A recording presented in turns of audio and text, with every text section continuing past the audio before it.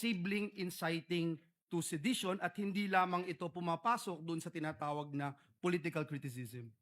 Yes, Your Honor. Well, una, kinonsider namin sino yung utterer. So, una, yung utterer, the Vice President, the second highest official of the land. Then, pangalawa, kinonsider namin, ano ba yung mga in-utter ng Vice President. And then, pangatlo, ano ba yung surrounding circumstances na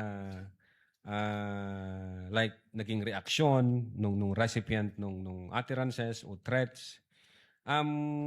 Nakita ho namin na kung pwede palang gawin ito ng isa sa pinakamataas na posisyon ng Pilipinas at hindi natin ito i-address, hindi natin i-regulate, pwede na rin po pala itong gawin ng kahit na sino.